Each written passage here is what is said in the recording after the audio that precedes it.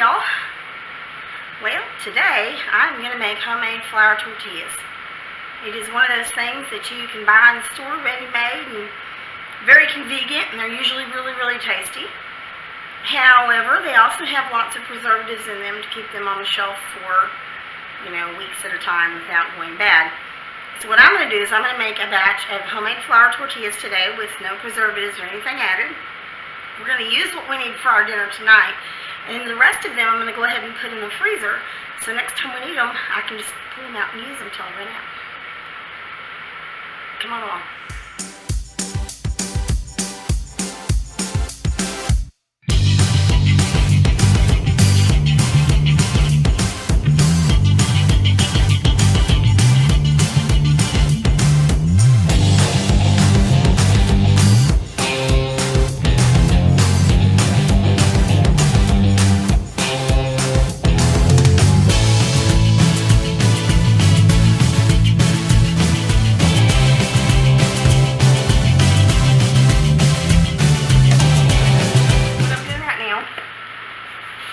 I'm adding 3 3/4 cups of all-purpose flour into my mixing bowl. Now, the recipe called for 3 3/4 cups of self-rising flour, which I do not have today. So if you're doing this recipe and you have 3 3/4 cups of self-rising flour, you can do that and not add any of this next stuff that I'm going to add in this next step. So because I don't have self-rising flour today, I'm going to take this all-purpose flour and turn it into self-rising flour. I'm adding in 3 3/4 teaspoons of baking powder, 2 teaspoons of salt, and 1 teaspoon of baking soda. And this is going to make a self-rising flour out of this regular flour. So again, if you're using self-rising flour, you do not have to do this step. So I'm going to go ahead and I'm going to mix all of these leavening ingredients into this flour really well, because I want to make sure that it's all incorporated in there. The next thing that I'm going to do is I'm going to add 1 can of evaporated milk, not condensed sweetened milk, but just evaporated milk. I'm using the Great Value brand. You can use pretty much any brand that you want. And this is a 12-ounce can of evaporated milk that we're going to add into this right now. Okay, so I'm just going to go ahead and pour this whole can in here. And typically you would just mix this up and then you would start to knead the dough. Because I have severe rheumatoid arthritis in my hands, kneading the dough is not as easy for me as it used to be. So we're going to go ahead and put this in our KitchenAid mixer and go ahead and mix the dough and knead it that way. So I have my mixture here in my KitchenAid mixer.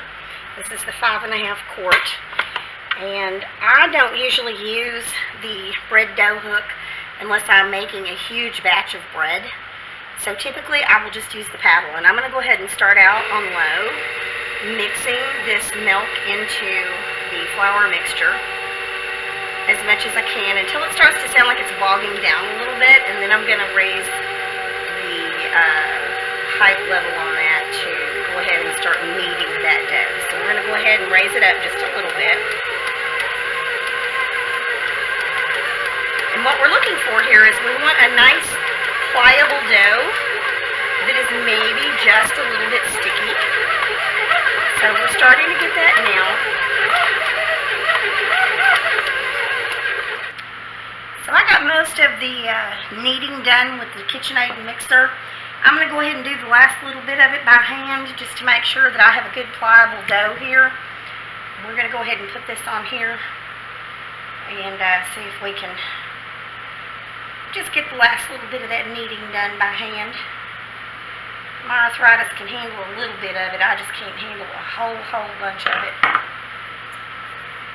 So see, we've already got a pretty pliable dough here, so it looks like we're in good shape. But we're going to go ahead and just knead this together. And I usually do a 1/4 turn knead. Put a little bit of flour on the surface so it won't stick.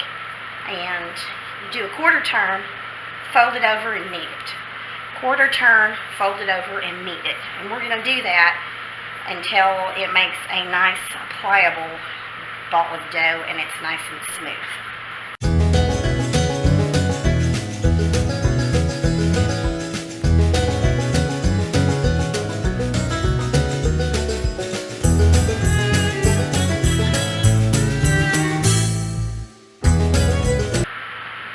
Okay, so I've got all of my kneading done, and we've got a nice, soft, pliable dough. If you see where I poke my finger in it, how it bounces back, and that's kind of what we're looking for. So we're going to take this ball of dough, and we're going to put it back inside of our bowl, and we're going to cover it with a damp tea towel to keep the dough from drying out too much. Now, you also can cover yours with a damp paper towel if you'd like, just to keep it from drying out. We're going to go ahead and do this. We're going to set it aside, and we're going to come back in about 20 minutes to make our balls for our tortillas. So our dough has been setting for about 20 minutes, and we've let it rest. And what we're going to do is we're going to take this dough, and we're going to start pinching off little pieces of it, about this big, about golf ball size, and we're just going to start rolling those in our hand to make a little ball. And if you can see this, I am just tucking under the edge as I roll it around in my hand. I want a nice little smooth ball, smooth as I can get it. Okay, so that's kind of what we're going for right there, these little smooth balls. And as I do these, I'm going to go ahead and I'm going to put them back inside of my bowl to rest.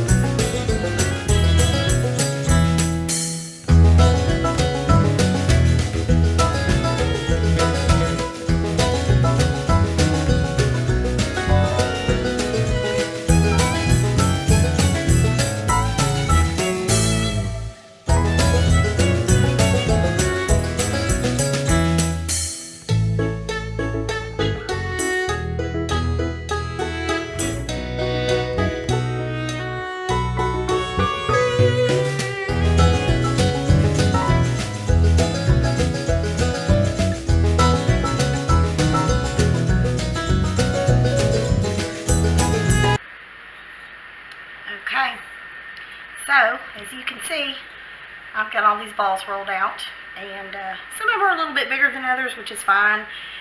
You could always, I guess, try to measure or weigh your dough if you wanted all of your tortillas exactly the same. I don't really care because we're just going to eat them. So we're going to take our damp towel and cover these back up and let them set for another 20 minutes. Okay, guys, we have waited about 20 minutes or so. We're going to take these balls and we're going to start trying to roll them out. We're going to put just a smidgen of flour on the mat here, and then I'm going to pat this down and put a little bit of flour on my rolling pin just to make sure it doesn't stick. And what we're looking for here is we want to roll these out round to the best of our ability, as flat as we can get them. Now, as we're rolling these out, you want to make sure they don't rebound too much. And by rebound, I mean you don't want them shrinking back up to where they're super thick. So you want to make sure that you're keeping them as flat as you can get them. Okay? So I like to roll them out and kind of leave them stuck on the rolling pin a little bit, and then flip them over and do it again. Oh, now it's not sticking. It's doing better. Okay, so we're going to roll it out as thin as we can possibly get it. And are mine always perfectly round? Never. But that's okay. I don't really care, because guess what? I'm going to eat it. And we're going to start cooking them. I'm going to show you guys what they look like when they cook.